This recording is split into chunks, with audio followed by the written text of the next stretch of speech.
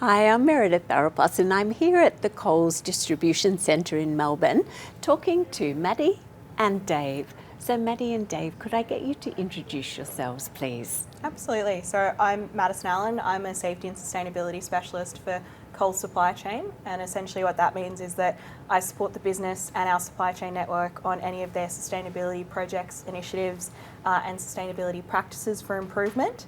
I also support a range of safety activities as well as part of our strategy. And hello, I'm Dave Clark, so I help out the business as Head of Safety and Sustainability for Supply Chain. Okay, thank you Maddie and thank you Dave. Now, could you tell us about some of the sustainability initiatives and practices that you have here at the distribution centre? This is really around making sure that we are reducing our demands on the grid with electricity. And so what we're doing is we're rolling out a large-scale DC solar program on the rooftops of our facilities. And those the solar setups will save about 30 to 40% of the electricity usage, which is from the demand of running the DC or the warehouse. So that's important, first of all. So that's a really good news story that it's coming from the roof into the facility that's then using it. The other part about that journey is making sure of the other circa 60% that's not coming from the roof, from the solar as a renewable energy source, we're actually sourcing that upstream from a renewable electricity provider.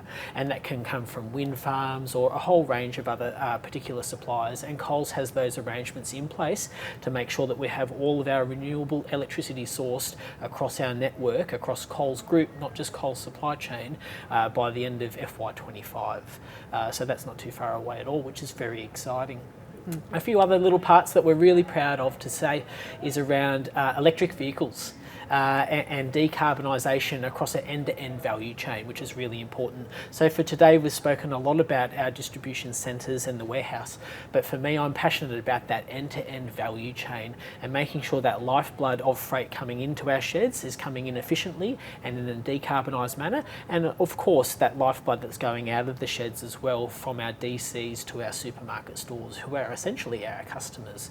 So we've got two programs of work here. The first one is about electrifying fleets, and we want to do that through our trusted transport partners as part of our Win Together strategic pillar as part of the Coles Group strategy. And so what we will do, for example, is we will work with partners such as Linfox or Toll, and we'll be electrifying fleets that have the right profile or right delivery profile where they can do a back to base model. So they can be charged at site here, go out and do a delivery to a store, and then they will come back to the DC or the depot, and they can be charged overnight from that renewable energy source that we talked about earlier. So we've got a back-to-base EV model.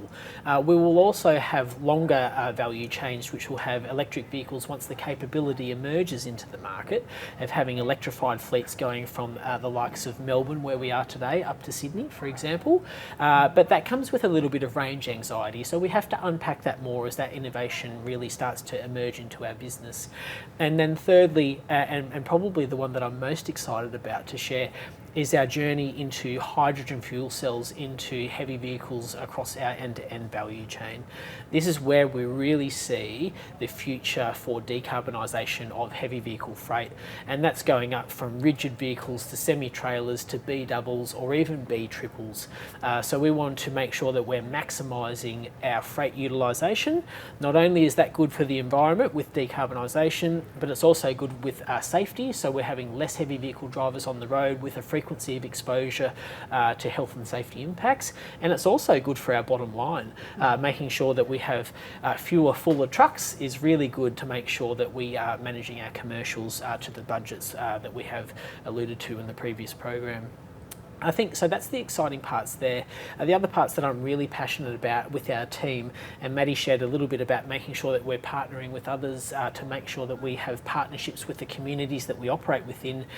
We do a little bit of that work going to do volunteer days, and we do that at specific regional centres as well. So we want to make sure that we are doing that broadly at an organisational level, and you'll see that with the Fight MND campaigns about fighting motor neurons disease, which is is really, really close to our group's heart.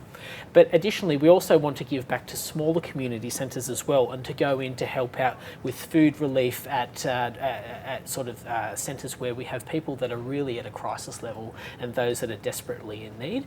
And we want to make sure that we are front and centre to go in and help out, not only with the food supplies to serve to them, but actually just a bit of a nice warming smile, and just to check in to see how they're going and ask them, are they okay, and what else can we do to help provide support functions to them. And finally, it's really the final one, which is really close to my heart, is a program that Coles Supply Chain is a founding member of, and we're on the board of Healthy Heads in Trucks and Sheds. So I hope you like that jingle. And it has an acronym of HHTS. So it's Healthy Heads in Trucks and Sheds. And it's really about making sure that we have mental fitness at the forefront of our mind in our facilities. And we'd use that term specifically, which is mental fitness, because mental health can come with a bit of a taboo a lot of the time. And people think about that as someone at a crisis level. Mental fitness for us, and the way that we talk about it in our vocabulary, is a bit of a continuum from about 0 to 10. And that person that's at 0 may be at a crisis level at 0, 1 or 2 or 3. And those like we are today, or how I feel doing this interview today, I'm around a 9 or a 10. I'm very energised, and my energy levels are very good, and I've got a really good well-being level. So it's about how do we make sure that we have the right interventions in place, not only for our team members which are inside our warehouses, but those, as we talked about earlier, that are bringing freight into or out of the business, and making sure that we're checking in with them to ask, are you okay? How can we make sure that they're having a better day today than what they were having yesterday, and checking in with them consistently, and having pragmatic practices in place as part of a planned structure in each financial year, that we have key deliverables to truly have an impact that makes our workplace a better place for our frontline operators. And that would be closely linked to safety. Absolutely, yeah. So that's a key strategic pillar in our safety plan. Yeah. And so our safety plan is a safety, health and wellbeing plan. So I guess I've talked a little bit about health and wellbeing there, and that's a great segue into the safety stream. So for us in a supply chain setting, we have a slightly different risk profile to a Coles supermarket, for example. So for us, we have a program around critical risk reduction. And so critical risk for us is on-road traffic incidents, cars striking trucks or trucks rolling over, etc. Some big bad stuff.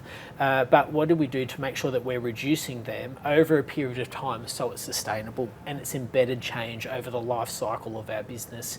We also have high bays in our DCs or our warehouses where we have pallets that weigh approximately 1 tonne, 1.5 tonne, which is about the same weight as a Toyota Corolla. And if that comes out of the racking, that is an absolute catastrophic incident for team members that are working in the local area, and can result in fatal consequences. So we're really passionate about making sure that we have leader-led safety. And that is really important for us because we have 24/7 operations, and safety professionals like Maddie and myself, we can't be on shift 24 hours a day, 7 days a week. So we really need to empower and win the hearts and minds of our frontline leaders to be active safety champions across day shift, afternoon shift and night shift. And that's really important because we need to have trust in our team to uphold those standards and to make sure that we are meeting not only the legislative and regulatory components, but actually improving our business as a better place to work every day and making us an employer of choice. Because, you know, as a parent, for example, if you have a young child emerging into their first career or their first job, that's really important about having that peace of mind that you're a trusted employer and organisation that value safety, and you actually want to upskill and promote their safety culture as a frontline leader and give them future skills for their own careers, but also making sure their day-to-day functional role where they're learning those skills, that they're keeping not only themselves but their teammates safe around them. Yeah, excellent comments and fabulous initiatives across a huge array of areas. And could you tell me about how these sustainability initiatives are conveyed, like the results of these are conveyed both to your internal and external stakeholders? Mm-hmm. Sure. Yeah, absolutely. So we do quite a bit of work with both internal and external stakeholders. From a sustainability perspective, there's any number of of people that we need to be touching base with on almost a daily or at least a weekly basis. So we do a lot of work with our waste contractor, which is Cleanaway, and we're almost in contact with them pretty much every day. We essentially every month we get a report through from them, an Excel spreadsheet, as we know and love, and that details every piece of data that we require, every bit of waste that goes through our DCs that's been picked up, weighed, what waste stream that goes through, the servicing requirements for it, and then we can funnel down from that to understand what are the impacts for our DC. So what is our diversion score? How could we have done better? What were the immediate withdrawals or product withdrawals that we've had come through? And so there's quite a bit of data and insights that can come from that, and that's part of our work with our internal stakeholders to talk through how can we improve for next month, essentially. So whilst it's almost a lag indicator to say this is what we've done for the last month, what can we do to improve next month, our teams, they have really broadened their information and knowledge within sustainability to look at how can we improve, so how can we minimise our impacts to landfill and general waste. And then from an external stakeholder perspective, it gives us the opportunity to have the background and the knowledge to talk through what improvements can we put in place. Are we working at the best of our ability, or our most efficient, or our best utilisation rates, essentially? So we work very closely with all of our waste providers and contractors, even our internal central sustainability teams, to say, well, what at DCs are we doing? What could be a gap, or what could be an opportunity that we can improve on going forward? And, you know, we're supply chain and distribution centre operators, so being in the waste or sustainability metrics are not exactly our bread and butter, or have not been our bread and butter. So that's been a learning curve for us, especially over the last probably 12 months, to be able to support the coal sustainability strategy. And now we've really embedded a lot of those activities within our internal stakeholders. So we have a lot of our DC teams that will reach out to externals, such as Cleanaway or Food Bank and Second Bite, and say, well, hey, this pickup doesn't look quite right. So where's the gap coming from? Or where's our opportunity for improvement, essentially? And just to add to Maddie's comments there as well, so the question that our executives and our directors ask is around the so what, or the what now. So I've got a dashboard which Maddie talked about, and we've got some great insights. But insights on a page can actually confuse the audience, and we need to make sure that the audience has the ability, firstly, to interpret the data and hope that it's interpreted the correct way that the sender intended it to be received. And so you can't run a business on hope. So how do we make sure that the insights are purposeful? And that's the so what. What are we doing with this now? So what we're really doing is equipping our frontline leaders that Maddie talked about earlier, and making sure that that narrative about what do we do with this to positively impact change for our future business operations is very clear. And what we should do is, if we have a dashboard with outlier data, is put a circle around that particular outlier, and that has to have a direct correlation to a specific actions or actions. And so that way the audience is very clear about, okay, cool, I can see my dashboard, I can see my data sets, I think this is the message that's been interpreted, but actually, just to confirm, here's the outlier, it's been circled and highlighted, and it has a direct correlation to further action. So I think that's really important. Two final things that I'll wrap up on about data and reporting is make sure that the data going in is accurate. So we need to have trust in our data. So I think that's really important. So it's a trust but verify model with us. So make sure that you have trust in the data, but go and verify. That's really important. And to make sure, if you're going to hold senior business leaders accountable to some data, and especially if it's attached to their income stream or their bonuses example, then they will want to make sure that that data is rock solid. So I think that's a really important takeaway that I love to share about data integrity. And the other part that I wanted to wrap up on was around governance and auditing.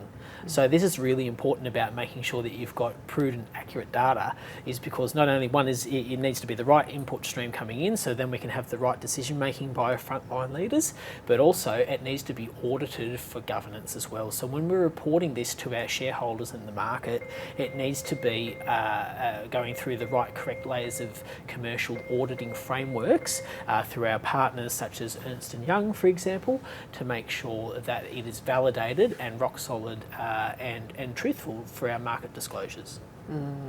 So it's a huge area, sustainability, and really underpinned by solid, clean data that has been verified and checked thoroughly.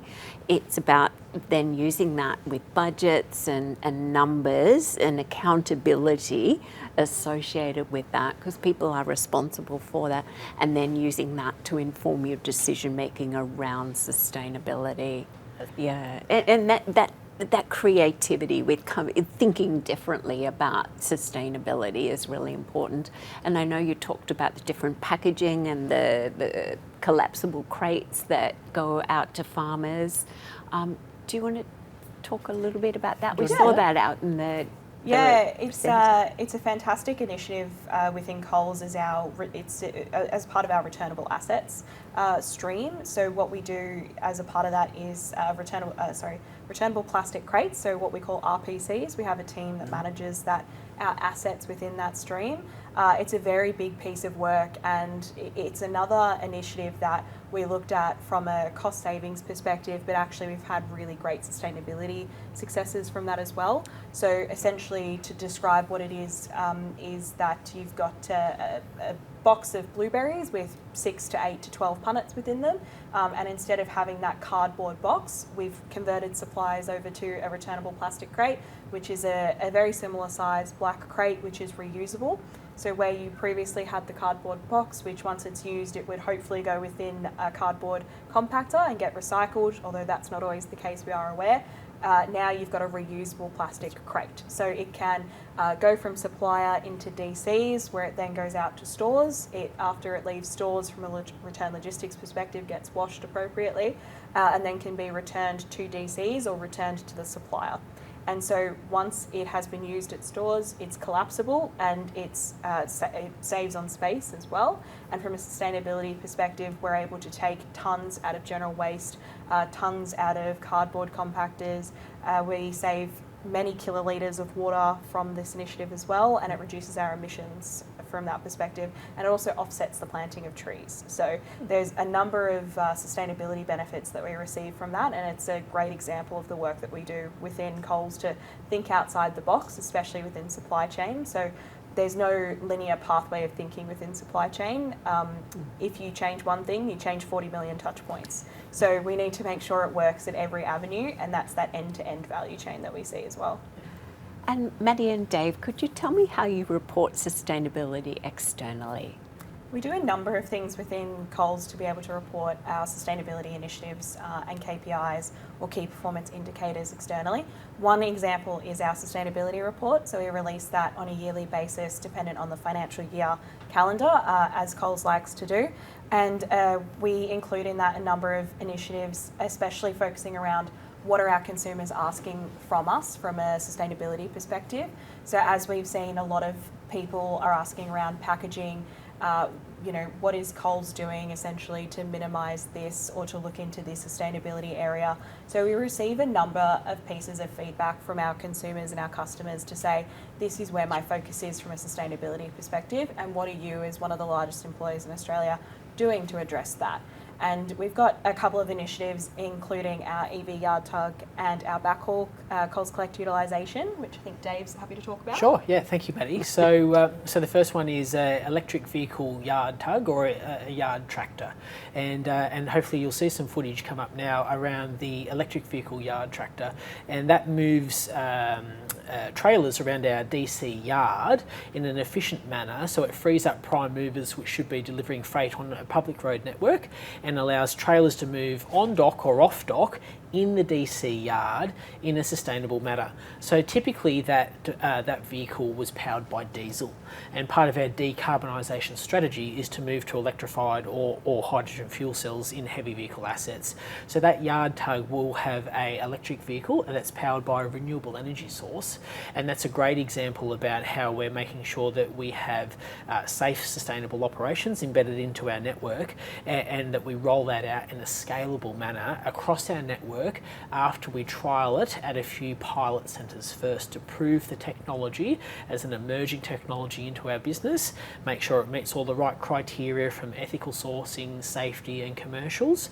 And then once we are settled with the business case and it's endorsed and approved by senior management, then we would scale that out to the network across our national footprint. The second example, thanks Maddie, is around our Coles Collect backhaul network. And so Coles Collect operates within Coles Transport. It's not Click and Collect, it's Coles Collect. And so they're an aggregator or a freight forwarder. And what they do is they make sure that we have efficient freight operations in our heavy vehicle network. And so for some examples about how we've been growing our backhaul strategy, in the past we would have seen our freight move from a DC to a store as a full truckload. It would get to the store and unload the freight, and then it would move back to the DC, and that would be a futile load. And what I mean by that is the truck would come back empty. And so you can tell quite quickly that that's quite inefficient. And so in our new backhaul model, what we would like to do, and what we are doing, is we are moving freight from the DC to the store, doing the store unload, and then we are rerouting the truck to a primary producer or a manufacturer or supplier that's in the same suburb or adjacent region to go up and to pick up a full truckload of goods and bring that back in. So what we're doing now is creating that triangle to bring the freight back in, and that way we're basically halving our freight costs because we're saving that futile load from coming in.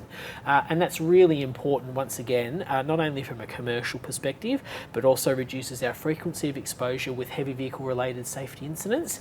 And also for those vehicles that aren't on a renewable energy source yet, we're helping to decarbonise by removing futile loads out of the work environment of heavy vehicles operating between DCs to stores and suppliers. Yeah, and fabulous examples of sustainability practices and initiatives that are really embedded into your ways of working here at the distribution centre. Thank you, Maddie, and thank you, Dave, for your insights today on sustainability and the way it's reported. Thank you. Thank you very much.